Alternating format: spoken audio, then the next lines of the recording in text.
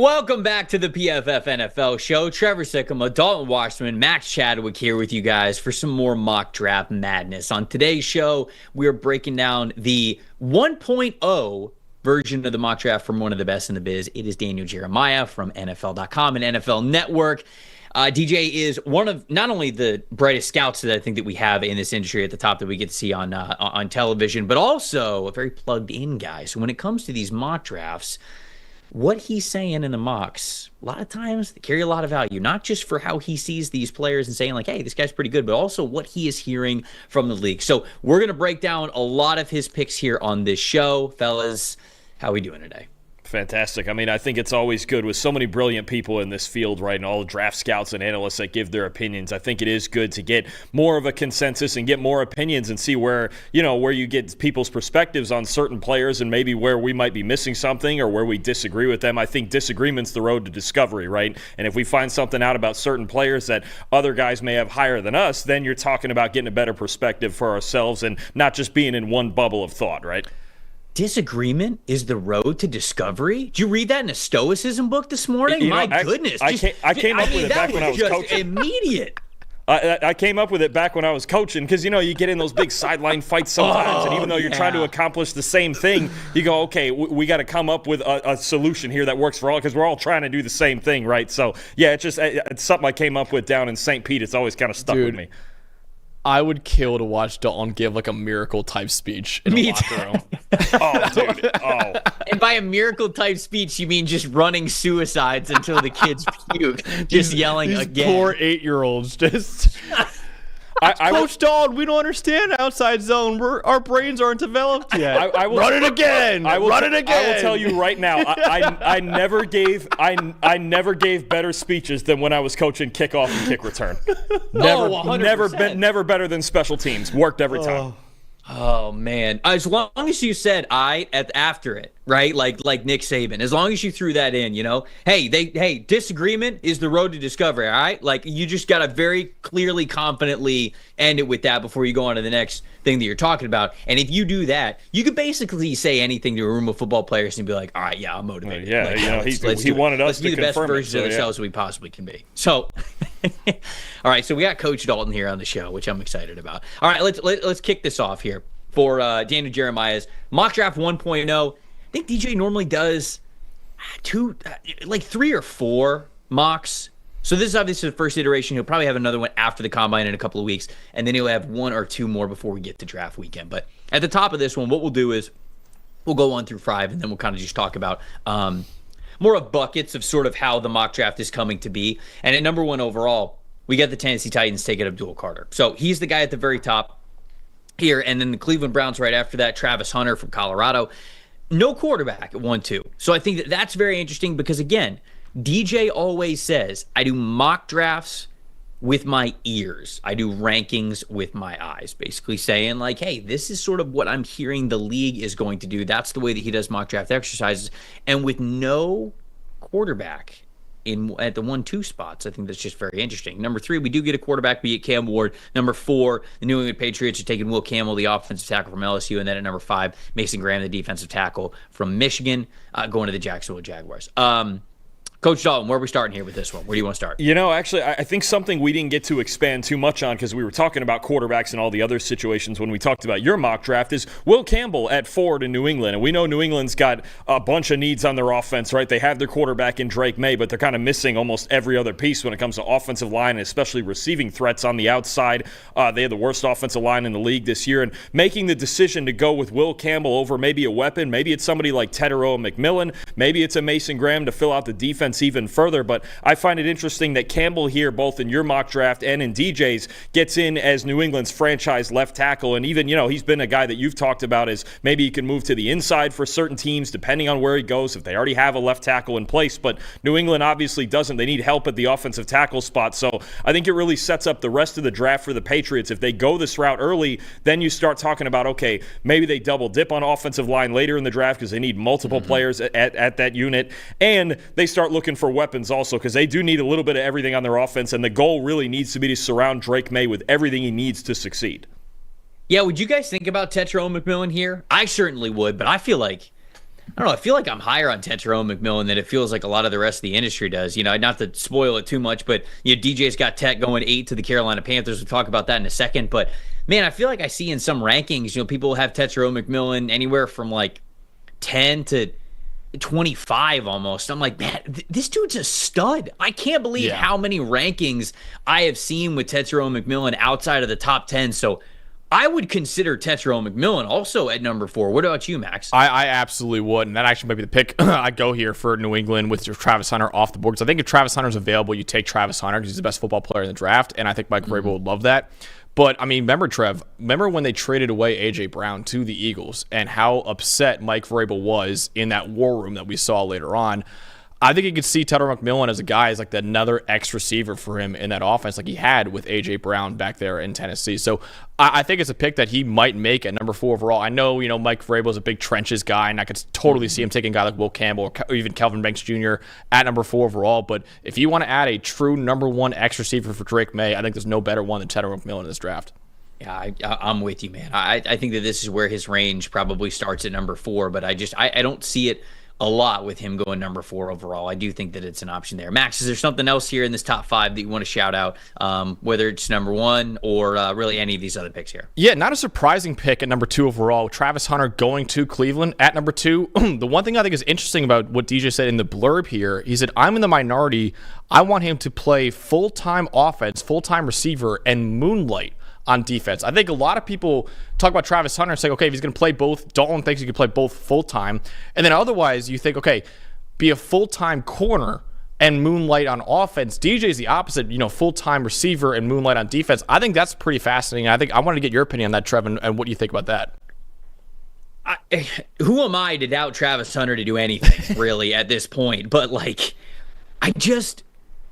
I don't feel as though you can do that. I respect how DJ evaluates these players and everything, and I can understand the idea of wanting to get the most out of Travis Hunter as an offensive weapon. That part I totally agree with, but I just don't know if you can plop a guy in there on defense every now and then and just be like, oh yeah, and maybe he's so talented, maybe you do just go, hey, we're playing man coverage, go guard him.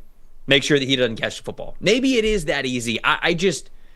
I don't think that it is. So I'd be very wary to play him on offense and then expect him to also give you something on defense. If you want to give him to give you something on defense, I think you have to play him at corner full time, and then you give some splash plays at wide receiver. That's how I view Travis Hunter. But Dalton, I know you talk about him as, hey, just let him play as much as he wants. And I feel like your strategy is almost like the way we talk about great college offensive tackles who might not have as long of arms as you want. And you go, well, just let him fail at tackle first, and then you can kick him inside. It feels like you're kind of that way with Travis Hunter, where you're like, just give him the full plate. And if he can't handle it, he can't handle it. You'll dial it back. Is that sort of your thinking? Yeah, honestly, I think he hasn't shown us yet that he can't do it, right? And all the time that he's played at Colorado and even at Jackson State both ways. And, I don't know that he'll play 99 or 98% of the snaps in games like he did at Colorado. We've seen so many games where he was averaging somewhere around 130 snaps. And there's naturally less snaps in an NFL game than a college game anyway. It's kind of paced differently. But he's yet to show us that he's not that special an athlete that he can't do it. So I think if he got in even, let's say, somewhere like 75 to 80% on both sides as opposed to the 99 or even 100 that he was trying to at Colorado a lot of nights.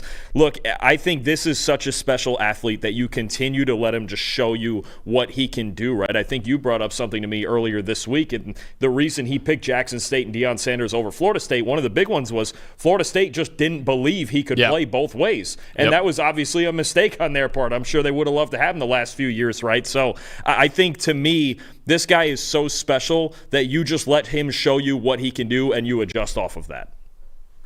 Before we move on to the next group of 5, Jacksonville going with Mason Graham at number 5 here. I think this is a common mock draft pick, especially now that Trent Baalke is no longer the general manager and there aren't these crazy size thresholds that the Jags have to abide to. They could just pick the football players that they believe are the best, regardless of how they are built. But it does set up a pretty sick defensive line with Arik Armstead, Mason Graham, Trayvon Walker, and then Josh Hines-Allen. Is there anybody else at number 5 for you guys, that you would consider here for Jacksonville? We're not doing any trades. DJ doesn't do any trades. Just makes sense because it's a 1.0. But, it's Tetairoa McMillan an option here for you? maybe a Will Johnson from Michigan. I'm just curious. We see this mock draft selection so much, and I think the point of mocks is not only to predict what we think is going to happen, but also to explore kind of like a what if. And I'm wondering if you have any other what ifs that you love here from Jacksonville. Yeah, to me, if I'm making a Jaguar-specific big board, little tease right there, but I think, you have Travis Hunter would be my number one overall player. I think that's who I would be targeting number one. Number two is probably Mason Graham, and then number three is probably Will Johnson. So okay. I think I would consider Will Johnson here as well for Jacksonville because they do need help at corner, but I think Mason Graham is probably, Dalton said all the time, and I agree with him, he's the safest pick in this draft. And, Trevor, I think it's fascinating. You mentioned the Trent Baalke part of it too. The whole conspiracy theory of Trent Baalke not wanting to take Jim Harbaugh players because obviously they didn't really get along too well at the very end of the San Francisco tenure. I remember that was a big talking point back in the 2022 draft when they took Trayvon Walker over Aiden Hutchinson. Now with Trent Baalke gone, I think that whole conspiracy theory is obviously gone. And I think Jacksonville ending up with one of the two star Michigan defenders in Mason Graham or Will Johnson is probably a very likely scenario. All right, let's move on. Let's go 6 through 10, round out the top 10 here. Las Vegas Raiders are taking Shedeur Sanders, the quarterback from Colorado. Number 7, the New York Jets taking tight end Tyler Warren from Penn State. 8, Carolina Panthers is where we have Tetairoa McMillan going here. 9, Mykel Williams, the edge rusher from Georgia to the New Orleans Saints. And then number 10, the Chicago Bears. I think this is one that we got to talk about here. Tyler Booker, the guard from Alabama. So we don't have to start talking about Tyler Booker, but I do want to talk about him at some point. Is there any other pick where you guys want to start, or do you just want to start with Chicago and talk about Tyler Booker being in the top 10? I'll start at 6 with the Raiders. So you had Cam Ward dropping to them at 6 and being their franchise quarterback at this pick. And here it's Shedeur Sanders. I think they're both very similarly talented, a little bit different style about him. But I think, we talked about it when we talked about your mock draft too.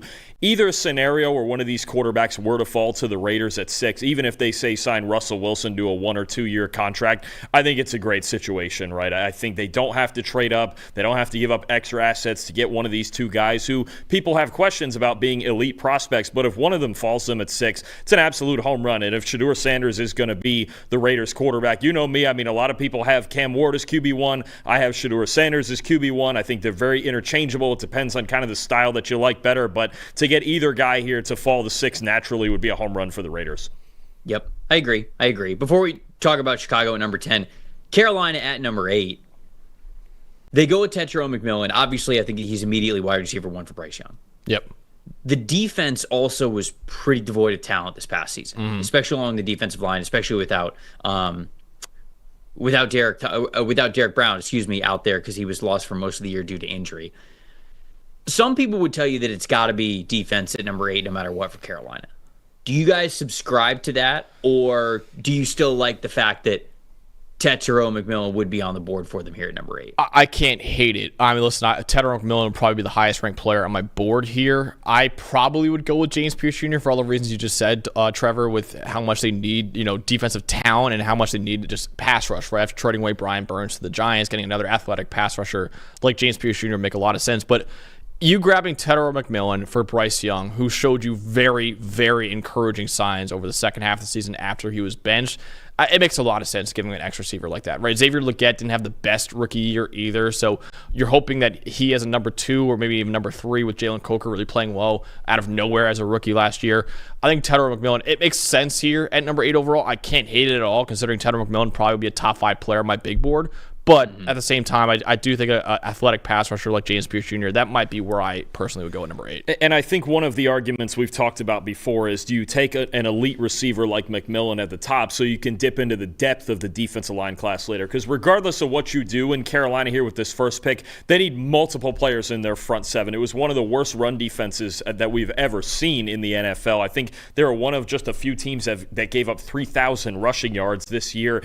They were the lowest graded defense in football. But one player is not going to solve it at the top. One player could start to really put your offense on a different level. A guy like McMillan, their offensive line was a lot better this past year. You mentioned Jalen Coker emerging. Legette needs some development, but there's still some hope there. Got Chuba Hubbard at running back, and you could even take another one behind him in a deep class later. But I think this is another example of the defensive line depth in this class influencing maybe later picks, and then getting to this first pick where we go, okay, let's take one elite player on offense that makes a big, big difference, and then we'll go the rest of our other 8 picks, maybe the majority of them on defense.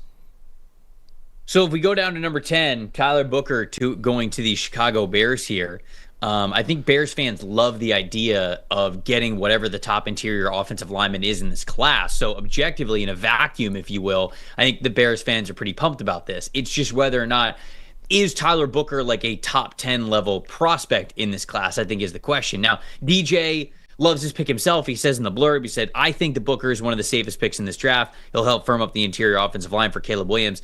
I think that he's also probably doing this with a little bit of what he's hearing, like we said that he does with mock drafts as well. So I don't think this is out of the blue or him going totally out of character of how he does mock drafts. So I think it's a little bit of both. And him putting Tyler Booker here at number 10 means that we need to seriously consider how highly the NFL thinks of Tyler Booker here. He's 45 right now on the PFF big board. I like Tyler Booker. I think he is a good player, but I didn't see a top 20, let alone top 10 sort of difference-making type of a player at a guard spot like maybe you could have made the argument for with Quentin Nelson when Quentin Nelson was coming out, right? With him going number 6 overall. I didn't see Booker as that caliber of a player, but it feels as though the league might be a lot closer to that with him than sort of in the mid-40s and as a second-round pick like I have him here. So what do you guys think about this? Obviously, it's a major need for the Chicago Bears, but him sticking in the top 10 here. I think if I don't like it either. I think it's very high for me personally as well, Trevor. But I think in defense of it, one, Tyler Booker is an excellent pass blocker, and that's really what you're trying to get for Chicago in that offensive line to help protect Caleb Williams, your supposed franchise quarterback. And then two, the other thing I think that works with Tyler Booker, I do think he's pretty scheme dependent. You know, he's a massive guard. I believe he's around 360 pounds. He obviously, you don't really want him in a zone blocking scheme then. Chicago ran the 5th fewest zone plays this past season. So, I mean, I know Ben Johnson's getting in there, and I know it's a little bit different with the offense he's going to run, but I do think, with the offenses they had in Detroit, they like to get really downhill as well. So Tyler Booker in a gap scheme, which is what Detroit ran a lot of last year as well, that makes some sense. I'm with you. And also the other thing, too, if Will Campbell is on the board, he is a more cleaner transition to interior offensive line. I think Kelvin Banks Jr. is. So even though I think Kelvin Banks is a much better talent than Tyler Booker, it's maybe a little more clunkier of a transition to guard than Will Campbell is. So with Will Campbell off the board here, it makes sense because they do need to attack the interior offensive line, right? It's not really tackle is a big problem for Chicago right now. So I understand if DJ doesn't think that, or Kelvin Banks Jr. could be a very good guard at the next level. He's more of just a pure tackle. That I kind of understand, but I'm with you. I do think it's a big reach at number 10. What do you think, Dalton? I agree. I think he is a safe player in terms of we know what he is, but I agree he's not a top 10 player. I think this is someone, you have him at 45. I could see him being justified going anywhere between 20 and 45 in that spot. I think he's a late first or early second round guy.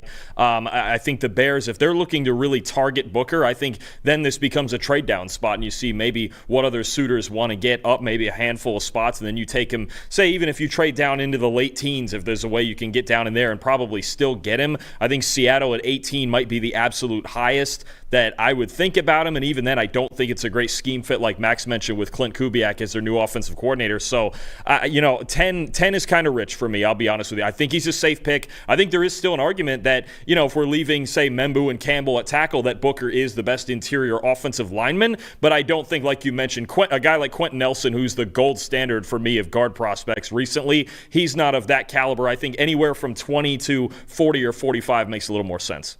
Yeah, I think so too. Now, DJ said when he was talking about this on Twitter, he said, when the guys at Alabama tell me he is the Will Anderson of offense, when it comes to leadership, work ethic, competitiveness, you should definitely be excited. His tape is excellent. So objectively, makes the Bears better on their offensive line. There's no doubt about it. But I do agree. If you're targeting Booker, I feel like you're probably targeting a trade down here, and that might be a sweet spot for you. All right, before we move on, outside of the top 10, got a question for everybody out there. What does your kid's success look like to you? Maybe it can be, them starting a business, traveling the world, or just being comfortable and happy, whatever that is in that situation. Whatever their journey is, you can help make it easier for them to achieve with the Kids Investment Account from Fabric by Gerber Life. By making a contribution to your child's future today, you can give them the means to pursue whatever their dreams are, both big and small. Fabric by Gerber Life was designed by parents for parents to make it easy to plan for and manage your family's financial path. With a Kids Investment Account from Fabric, you can start investing in your child's future today. Whole thing is online. It's very easy to set up an account. Could take you as little as just 5 minutes, and then you just manage your child's account right from their phone, or right from your phone, excuse me. Start with just $20.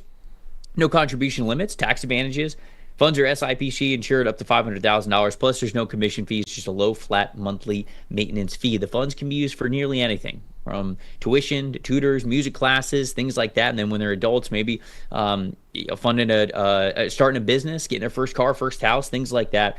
Kids, they can't invest while they're minors, but you can invest on their behalf. Give their investments more time to grow for more benefits. Join the thousands of parents who trust their family, who trust Fabric to help protect their family today.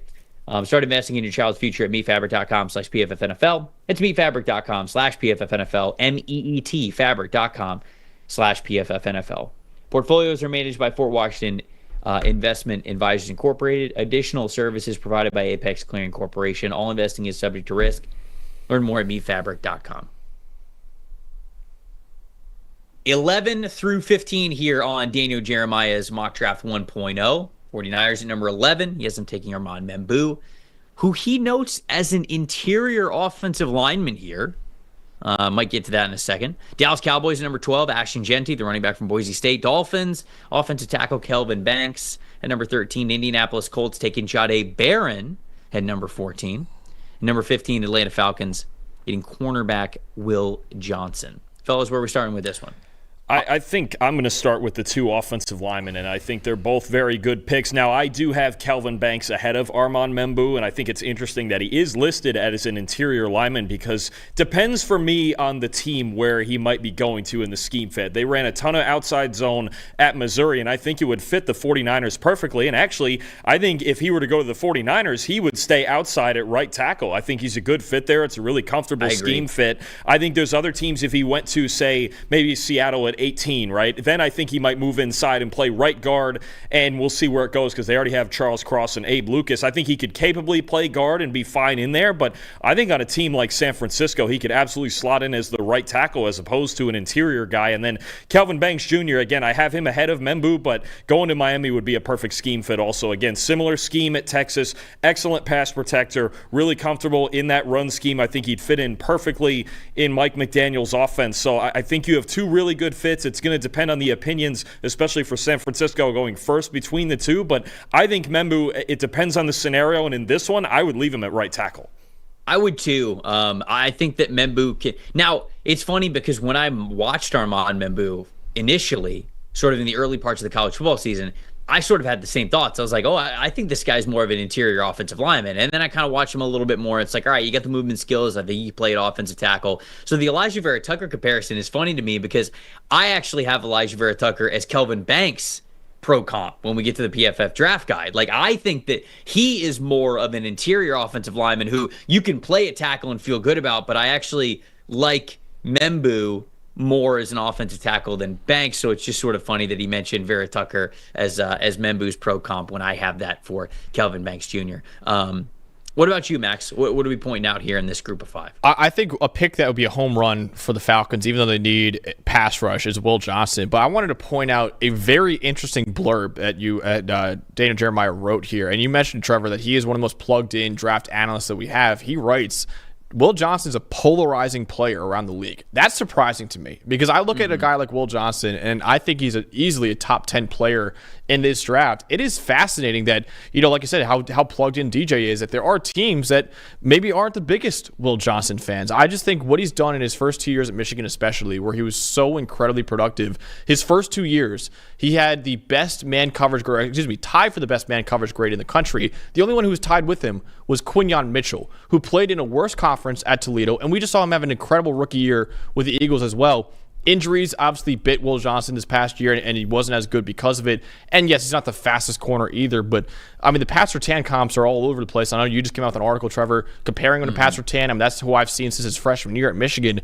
I just think it's a fascinating sentence that Daniel Jeremiah wrote in his mock draft, saying that he is a polarizing player, because I personally, I don't really see how much you can hate on Will Johnson. I think he's pretty easily a top 5, top 10 talent in this draft. Yeah, and I mean, I know that he dealt through injury this year, so maybe it was a case where, all right, Michigan's not really having a great year. They won a national championship the year before. Could Will Johnson have played, and did he not play? Because coaches and scouts certainly hate when players do that. And so I'm wondering, was there some sort of that? Because I don't really know what you hate when he's on the field, right? When he is fully healthy, when he's played over the last couple of seasons. So to me, maybe there's a toughness question with him. Again, not that we're questioning that here on this show, but I try to wonder where that's exactly coming from. And I don't think DJ is wrong, because he's not the only one who I've seen Will Johnson sort of slip in mock drafts to the middle parts of round one, when you would think he'd be a top 10 lock, given what he has been when he's fully healthy as a freshman and a sophomore. So that part is very interesting. I think we often see the Atlanta Falcons go with defensive line. I don't hate the addition of a cornerback, because I immediately think that he is CB1. I also think that the Indianapolis Colts are very, very interesting there, with Lou Anarumo now as the defensive coordinator there for the Indianapolis Colts. How much off coverage and cover three is he going to play?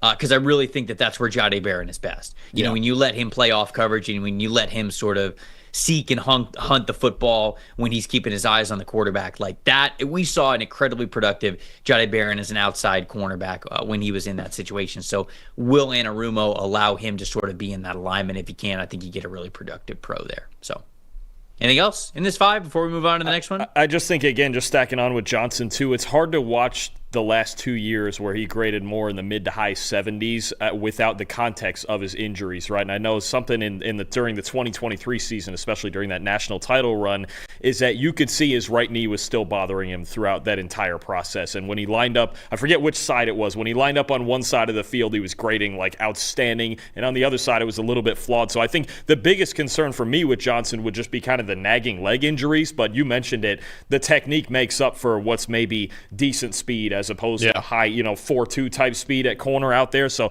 that's the only thing I would be making sure of. I think at the combine, his medicals are actually going to be a big story. Number 16, the Arizona Cardinals. DJ has them taking Georgia linebacker / edge rusher Jalen Walker. I think that if you're taking him here at number 16, you're hoping that he's an edge rusher and that he's just going to be a big-time pass rusher for you. Number 17, the Cincinnati Bengals taking Walter Nolan, the defensive tackle from Ole Miss.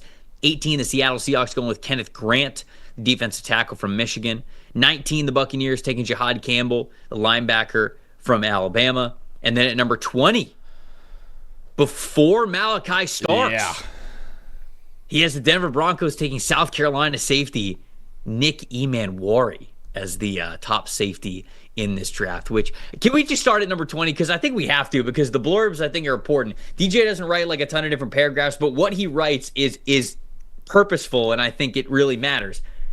Emanwari gave me some Derwin James vibes when I studied him.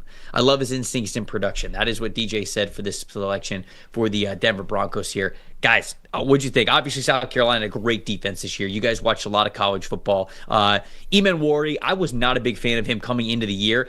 Obviously, a super athletic, oversized safety type of a player who could play at the linebacker level. Thought he had great athleticism there, but I didn't think the instincts were there. I thought his movement skills weren't as good as they needed to be for a safety. He looked a lot better, a lot more confident, and anticipated things much better this year. But 20th overall over Malachi Starks. What do we think here? I wouldn't have him over Starks. I think Starks has proven for 3 years that he's outstanding. He's got terrific instincts and coverage, and he's an excellent tackler. Emanwari, you do look at him. Anytime you're bringing up the name Derwin James, you're making headlines, right? And when you're talking about a guy who's 6'3" and almost 230 pounds, and I think the versatility you just mentioned to be able to come down in the box, to play down in that curl flat zone as well, and Clayton White, I really think made this South Carolina defense a lot better, more fundamentally sound on the back end this year. Emanwari at that build, if he can do all those different things for you, I can see the appeal, right? When you think about the beauty of a guy like Derwin James is the fact that he can do all of those things, right? He's had years where he's graded highly in all three: run defense, pass rush, and coverage. And if Emanwari can be kind of that joker for you on defense, or even if some people see a Cam Chancellor type of vibe with him as a strong safety who can come down as that third linebacker, because teams are in nickel more than ever, right? That's nickel's the new base. And if you have that third guy, whether he's the slot corner like Cooper DeJean for the Eagles who can run support, or if it's a big safety like Nick Emanwari, or I think about a guy like Shamari Connor for the Chiefs, then you're talking about a guy who's a real role and a versatile role in a defense. So he's not going to be a guy that you put back there as the single high free safety, right? The Broncos already have they already have Brandon Jones for that. I just think boy, Derwin James is high praise. So you better think if you're taking him this high, you think that he's that good. Like you mentioned, I think you're a little lower on him than 20 here, and it's definitely – it catches your eye to see him taken ahead of Starks, because for so long we've heard about Malachi Starks being a top 10 or even top 5 player on some scouts' boards, and all of a sudden he's not even the first safety taken. Yeah, I agree. That was one that really stuck out to me, and I mean, it's highest praise for a great season that Eman Wari had. I didn't think that he was going to get selected in a mock draft over Malachi Starks. It'll be interesting to see if that becomes more of the trend, or if it just the gap is closing between those two guys. What about you, Max? What do we point out here in this 5? I also just want to point out too, not only is he going over Malachi Starks, he's going over Colston Loveland. He's going over Luther Burden III as well. Luther Burden III, if he's there at number 20 overall, I think the Broncos should sprint that card in. I mean, that's exactly what they need in that receiver room. Just a guy who wins underneath, a guy who can win after the catch. That's what Bo Nix and Sean Payton's looking for in that offense right now. So, yes, he's going over Malachi Starks. That is the headline right there. But I think going over some really, really good weapons. I mean, Mecca Buka didn't get taken either. I love that. I would have loved that for Denver. Trevor, I wanted to point out the Cardinals, number 16 overall. They have a type at edge rusher in Jalen Walker, because if they do draft Jalen Walker, Zaven Collins, college linebacker, NFL edge rusher. Baron Browning, college linebacker, NFL edge rusher. Even Jesse Luketa played a lot this year for the Cardinals. College linebacker, NFL edge rusher. Jalen Walker, college linebacker, NFL edge rusher. Now, you can make the argument it hasn't worked yet for Arizona, so you might want to take. I would make that argument, actually. Yes. I might argue for James Pierce Jr., another super athletic edge rusher who actually produced in the SEC, not just showed flashes like Jalen Walker has so far. I'm with you, Trev. I'm a little lower on Walker. I don't really quite get the top 5 hype that we've seen some, really respected draft analysts have him at. I think James Pierce Jr. to me is clearly edge 2 in this draft behind Abdul Carter, and he's still available here for Arizona. So if you're going to go with an edge rusher from the SEC who's actually produced and is still supremely athletic, I would have liked to see James Pierce Jr. go there. I believe DJ has Jalen Walker as a top 10 player from his top 50, I believe. I know Dane Brugler from The Athletic also has Jalen Walker in his top 10. I think he's got him in his top 5. So these are guys who are really plugged in, who have been around the business for a long time, and you obviously got to respect how they see the game. I see Walker a little bit more limited. I am burned by the Devin White comp, and it's hard for me to not see Devin White when I see Jalen Walker. Now, maybe he is more of an edge rusher. It'll be interesting to get some official measurements on Jalen Walker, because once we get to the combine, we get to see that. Okay, is he a lot longer? Is he a lot bigger than Devin White was? Because then we get to have the conversation about him being a legitimate edge rusher type of a player. But yeah, for Arizona here, I would be going with a James Pierce Jr. or a Shamar Stewart or a Mike Green. All those guys were still on the board there. But I think Jalen Walker going 16 more speaks to how much DJ knows the league probably likes Jalen Walker quite a bit. So I think that's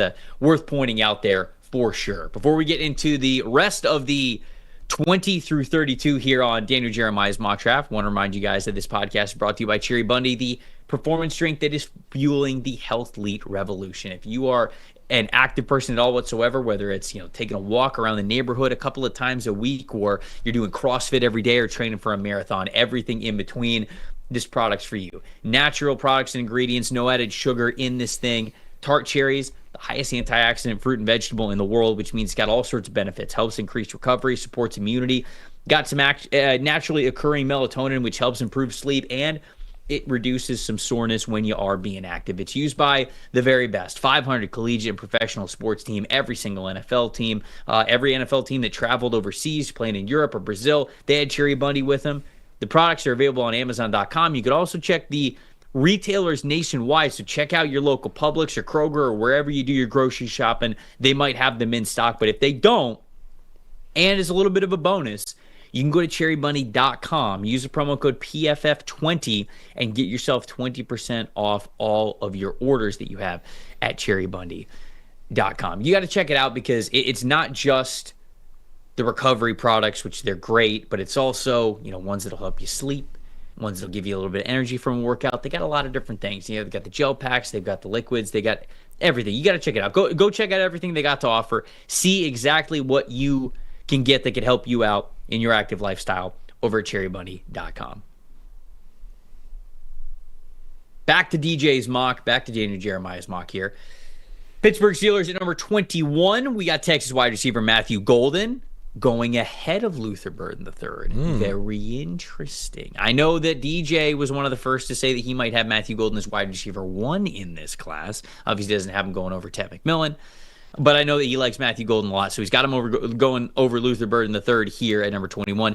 Los Angeles Chargers at 22, Colson Loveland, the tight end from Michigan, the Harbaugh connection. Green Bay Packers at 23, going Shamar Stewart, the edge rusher from Texas A&M. 24, Minnesota Vikings. This is where Malachi Starks comes off the board here, the safety from Georgia. And then 25, the Houston Texans. Now we've got Luther Burden III coming off the board there for them at number 25. Where we're starting here, folks. I mean, how could you not love Colson Loveland reuniting with Jim Harbaugh, right? And we've talked about he's used this first year to rebuild the culture, and he even drafted a couple guys, like Junior Colson last year from his Michigan program, and he's got Jesse Minter as his defensive coordinator. He's known Greg Roman for a long time, but, they need more weapons in this offense, right? Right now, there was too many days, and including their playoff game, it was just Ladd McConkey, and everybody else didn't give him a whole lot. And I think when you look at their tight end room led by Will Dissly, they just want more than that, right? They need more production, and Loveland, Harbaugh knows how to use him, and he's an extremely versatile player who can line up anywhere on the field and win one-on-one. He runs routes like a receiver. He's got fantastic hands. Even produced this year through a disastrous quarterback situation at Michigan as opposed to the year before with J.J. McCarthy. So I think the familiarity with Harbaugh and Loveland here and how good Loveland is and the different dimension he can bring to their offense, both in the passing game and in the run game, knowing, what Greg Roman and Jim Harbaugh are trying to do on offense, I think Loveland would be a fantastic pick for the Chargers, not just for the Harbaugh connection, but because he's really, really good. No, I think that people might be sick of this and might be like, why are you just making this connection? No, it's a legitimate need. I think this makes a ton of sense for this team. It's just an added bonus that Jim Harbaugh doesn't really have to waste any scouting resources scouting this player because he already knows him very well. Max, what do you got in this 5? Yeah, I want to point out the final 2 picks right there. One, the Vikings. There might be some Vikings fans still burned by the Lewis Cine pick. This is a way different Georgia safety. Malachi Starks, yeah. I very much do not see him busting the way Lewis Cine did. And I know they need some help at cornerback, but adding a top-end player like Malachi Starks at 24, I think is a steal. 25, the Texans. I think there are a lot of Texans fans that obviously want to help out the interior offensive line. This is a home run pick, though, Luther Burden III, for a couple of reasons. One, Luther Burden III should not be going 25th overall. That is just way too low for a player of his caliber. 2, Stephon Diggs, like Darren Jeremiah points out in the blurb, is a free agent. We don't know if he's going to go back to Houston or not. And 3, Tank Dell is coming off back-to-back serious leg injuries. Hopefully he comes back healthy from that, but we just have no idea with him. And it's unfortunate considering how good he's looked when he's on the field, but it's just unfortunate that he has back-to-back serious injuries now in his first 2 years of his NFL career. So if Diggs is gone, and if Tank Dell never comes back fully healthy from these injuries, all you got is Nico Collins in that receiver room essentially right now. So adding a top-end talent like Luther Burden III, I think makes a ton of sense for Houston. And honestly, it just feels a lot like the CeeDee Lamb pick for Dallas, where you're thinking, okay, wide receiver is maybe a little bit of a need, but we have bigger needs on this team. But when a top-end player like CeeDee Lamb falls into your lap or Luther Burden falls into your lap, you got to take him, honestly. And I think this would be a really good pick. So, yes, it doesn't help out C.J. Stroud protecting him wise, but it does help him out in adding another elite weapon that he could have in that stable. I agree. I think that when we go through mock draft exercises, and I do plenty of them, sometimes just naturally you have wide receivers fall a little bit lower, but it does feel as though Luther Burden's way too talented to go at number 25. So I wonder if this is more of like hey, is the league a little bit lower on Luther Burden than we are, or more? Maybe it was more of, DJ's getting a couple of guys in here that are maybe his guys, or maybe some guys that he is here in the league likes a little bit more above this. So either way, Houston, hard to be mad at Luther Burden III here, and you're hoping that their interior offensive line, they've got a couple of new faces by the time they get to draft weekend anyways. So number 26 through 32, we could round it out here. Los Angeles Rams at number 26, taking Josh Connerly Jr., the offensive tackle from Oregon. 27, the Baltimore Ravens getting Azareye'h Thomas, the corner from Florida State, making it in the first round here after a nice Senior Bowl performance. 28, Detroit Lions, Mike Green, the edge rusher from Marshall. What a duo that would be with him and Aiden Hutchinson. Commanders at 29, taking Josh Simmons, the offensive tackle from Ohio State. Buffalo Bills at number 30, taking Derek Harmon, the defensive tackle from Oregon. 31, Kansas City Chiefs, James Pierce Jr., the edge rusher from Tennessee. I have a feeling I know where Max is going with this. And then the Philadelphia Eagles at number 32, getting what we believe would be a Milton Williams replacement, getting TJ Sanders there to pair with Jordan Davis and Jalen Carter, which is nasty. Max, I'm not going to ask you where we're going. I'm going to ask you to talk to me about number 31, the Kansas City Chiefs, taking your boy James Pierce Jr. here. Yeah, good Lord. I mean, if that happens, I mean, there's so many people. I remember Xavier Worthy went to the Chiefs last year, and I was a little bit lower on Worthy, but like, oh, how did we let the Chiefs get this? This is actually how we let the Chiefs get this in James Pierce Jr. I think this would just be an incredible pick. Trevor, you have him as a top 10 player on your board. I'm going to have him as a top 10 player on my board. I believe you're going to have him as a top 10 player probably on your board. He has just been incredibly productive at Tennessee over the last 2 years, and the craziest thing about James Pierce Jr. is that he's been a top 3 pass rusher in basically every metric we have at PFF over the last 2 years. Trevor, he's still like underdeveloped. He still needs a lot of refinement. There's still a lot of times where he's just winning off athleticism. So yes, it's a double-edged sword saying, okay, he needs to develop, but also he was that good in the SEC without having a lot of pass rushing moves to speak of. That's a very high ceiling for James Pierce Jr., who's already one of the freakier players that we have in college football. So from a trade standpoint, he deserves to go a lot higher than 31. From a production standpoint, he should go a lot higher than 31. And getting him here to the Chiefs, who, you know, I know they have some guys like George Karlaftis they like, and Felix Anudike-Uzomah they took in the first round as well. But you get a player like James Pierce Jr. at 31 overall. That is a home run pick alongside Chris Jones on that defensive line. And the other thing, too, Pierce, the one thing with his run defense, he wasn't as good as a sophomore. He improved his run defense grade from like a 65 all the way to like an 84, I think, this past year. So he made a lot more plays in the run game, got a lot stronger, I thought, this past year as well. This is a guy that should go in the top 10. I mean, I thought Carolina should have taken him at number 8 overall in this mock draft. And for him to fall to 31 to the Kansas City Chiefs, no less, that is just a home run pick, in my opinion. Yeah, and DJ notes in his blurb, some people see Pierce going round 1. While there might be debate about where he'll land in the draft, there's no doubt about his elite speed and production. So he does speak to a lot of the things that you mentioned there. I also think that he should be going higher than 31, but I wonder if the league's going to be a little up and down on him, because you're right. Last year he didn't play with a lot of great power. This past year I think that he really was able to remedy that. You guys know I was very hesitant on James Pierce Jr. for most of the season. It was because I was like, man, I feel like he's kind of just a speed rusher. And then when I watched his final, when I went through his final scouting eval and I was watching 4 or 5 games of him, I went, all right, he played with way better power this year. He was much more conscious of it. It's not a finished product, but you can at least see him playing with more power. So I do like James Pierce Jr. quite a bit. Dalton, what about you? What are we talking about here? I actually want to talk about 2 guys, the 2 offensive tackles that we see here, and I really like the selection of Josh Conerly to the Rams. I actually have Conerly right now as OT3 for me. I think he's a very safe plug-and-play starter, really good feet. I love the way his feet move, especially in pass protection, and the Rams losing Alaric Jackson potentially in free agency was kind of a breakout player for him this year, but hard to tell if they're going to be able to afford to keep him. I think as a plug-and-play replacement for Alaric Jackson, I think that would be a fantastic pick for the Rams at 26. And then I think Josh Simmons is an interesting player. I think he's one who's got a little more risk to him because, you know, obviously the Commanders need offensive line help still. There's debate about whether, you know, Simmons could stay at left tackle. He's coming off the torn ACL. And I think the bit for me is that his good tape is really, really good. It's as good as any tackle in this class. And then there's a lot of mistakes in between, and I think he's still really raw. He's really athletic, but I think he's a raw prospect who is going to need some time to really round into his full potential, right? So I think there is a high upside play here with the Commanders at 29 taking Josh Simmons. I know you have him very high on your board. I want to say, what, 12th is it you have him on your board? I think he is 12, yeah. I get it. If you're taking the gamble on the high end and what his good tape is, I could see him going somewhere in the top 15 to 18. I don't know that I would do it because I think of all of the top offensive tackle prospects, the top 5 or 6 guys, I think he's the one with the most risk, especially with the injury and some of the low-end play in his tape. But it's a high upside pick here for the Commanders, and he's a guy I think there's going to be a lot of debate on going forward. And it would have been nice to see him down the stretch in that playoff run with Ohio State because the first half of the schedule was really soft. I would have liked to have seen him play some of those defensive lines that he saw later in the year.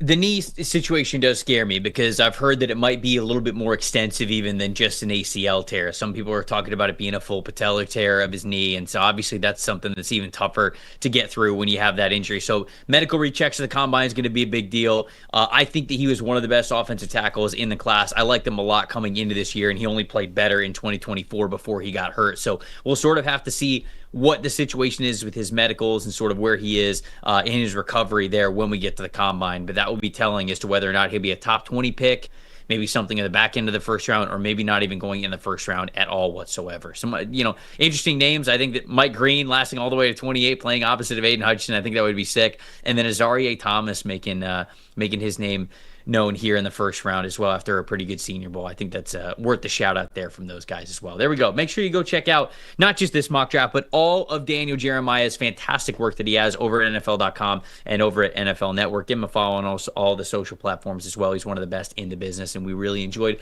breaking down his mock draft 1.0 here. Appreciate everybody watching and listening. Make sure you guys sound off in the comments the picks that you like, the picks that you would change, all that different conversation. We would love for you to do that over on the YouTube channel. It's the best way to do that. For Dalton Wasserman and Max Chadwick, I'm Trevor Sikkema saying thank you guys so much for watching and listening to another episode of the PFF NFL Show. We'll see you guys next time.